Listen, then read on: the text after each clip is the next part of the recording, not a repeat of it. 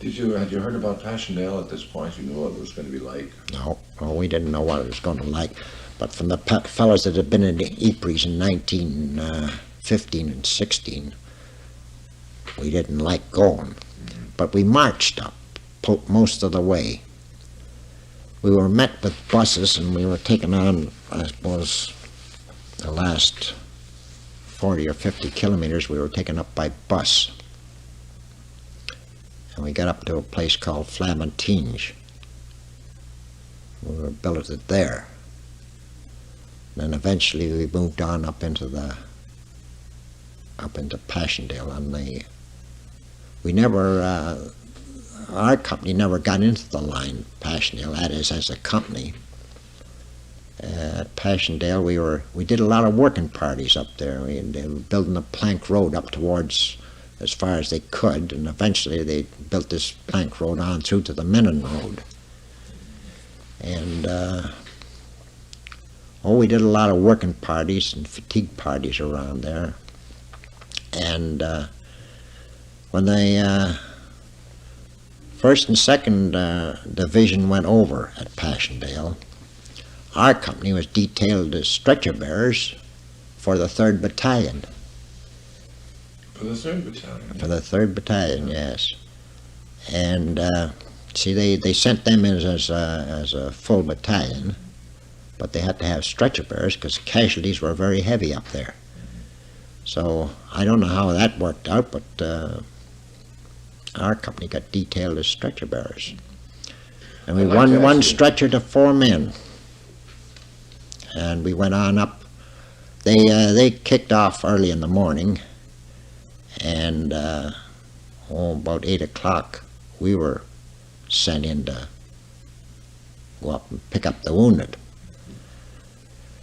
Well, the commanding officer of the 3rd Battalion, he wouldn't allow us to go on any farther. He says, there's no use. He says, you'll never get them. And he says, you'll never be able to get them out. The mud and the water up there was terrific.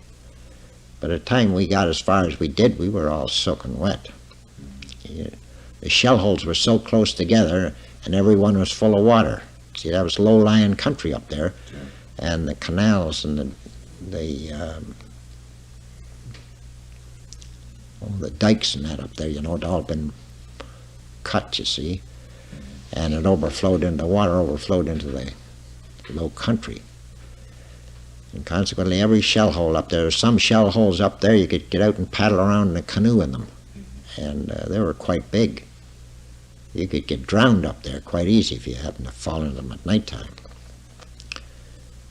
And this commanding officer of the 3rd Battalion wouldn't allow us to go on up, not till after dark.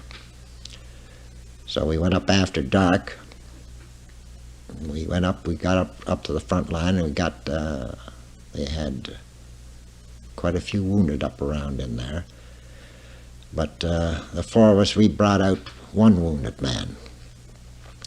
And we had an awful job getting them out. You see, you know, everything's pitch black. And there was still lots of jerrys around in those shell holes and that, you see, that had been missed. And they were taking pot shots at you from the shell holes. Sure. Wallace, how long would it take you to bring a man out from this front line? This was a terrible, terrible, long, hard, difficult trip.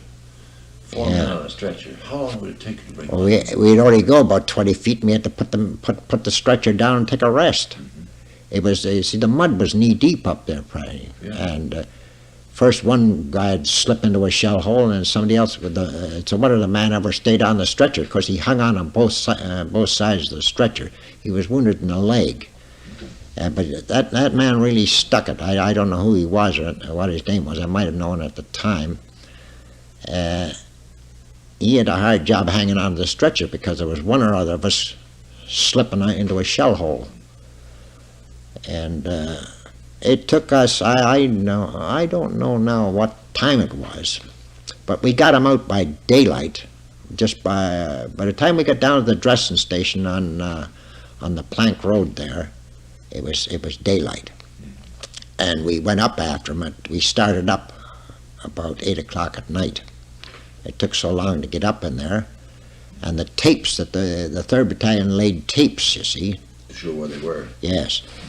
But the tapes had been blown away. Well, you'd come to the end of the tape. Well, you had to go and find the other end. Somebody had to get out and scout around and find out where the other end of it was. It took us a long time to get up there, but we got there. And as I say, we got this one man. We brought him out. But there was lots of other men brought out too, you know. Oh, yes. Oh, yes. But that's just what the four of us did.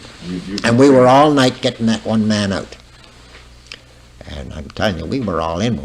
Well, the fella had about, he had 7 francs, and he wanted us to have it between the four of us. He says, you can buy something or other, he says, if it's only chocolate bars. So we told him to keep the 7 francs. He said, you can buy chocolate bars when you get in the hospital. You'll be able to, you'll need some little money when you're in the hospital. Because I told him, I says, I just come back from hospital a little while ago, and I says, if you're in the hospital and got no money, I says, it's not so nice either. And they won't pay you, you know, while you're in the hospital.